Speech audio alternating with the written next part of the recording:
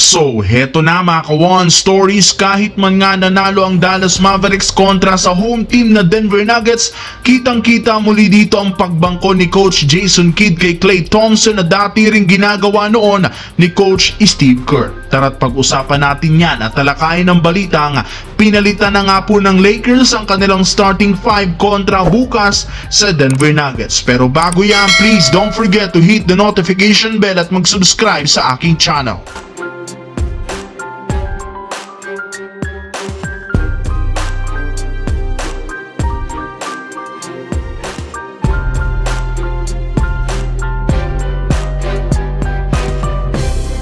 Nagawa nga po mga ka-One Stories ng Dallas Mavericks na maipanalo ang game laban sa Denver Nuggets 123-120 gamit ang team effort matapos gumawa ng double digit ang kanilang 7 player sa pangunguna ni Naji Marshall na merong 26 points, Kyrie Irving 19 points at si PJ Washington 22 points, 13 rebounds kahit wala si Luka Doncic. Kaya mukhang maganda ang mga nangyayari ngayon sa Dallas Mavericks dahil umabot na rin naman sa 4 games ang win streak at umakyat na sa ika-top 9 na merong record na 9-7. Pero sa kabila niyan, meron pa rin naman silang hinaharap na napakalaking problema sa patuloy na pag-struggle ni Klay Thompson na nakagawa lamang ng 4 rebounds, 4 assists at walang puntos sa may kasama siyang 0 out of 4 sa 3-point line. Kaya wala nga talagang choice ang Dallas Mavericks kundi gawin ang ginagawa ng Golden State Warriors noon kay Klay Thompson na bangkuin sa crucial minutes dahil kung hindi nila gagawin yan,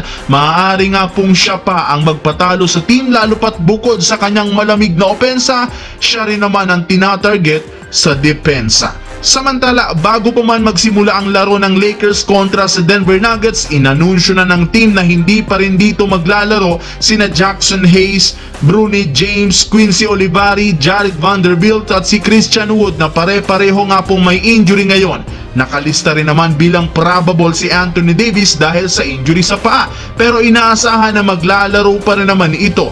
At para nga po sa kaalaman ng lahat, hindi na rin naman dito kasali sa injury list si Rui Hachimura matapos siyang tuluyang makarecover, ay ibig sabihin makakapaglaro na ito kontra sa Denver. At ayon sa source, kahit man kagagaling pa lang ni Hachimura sa injury, ibabalik na nga ito ni Coach JJ Redick sa starting lineup. Kaya ang bagong starting lineup, sina Austin Reeves, Cam Reddish, LeBron James, Rui Hachimura at si Anthony Davis. Ibabalik na rin naman nila ngayon si Dalton Keunig sa bench since nangangailangan sila ng kanilang first 5 ng mas malaki, mas physical na babantay kay Nikola Jokic.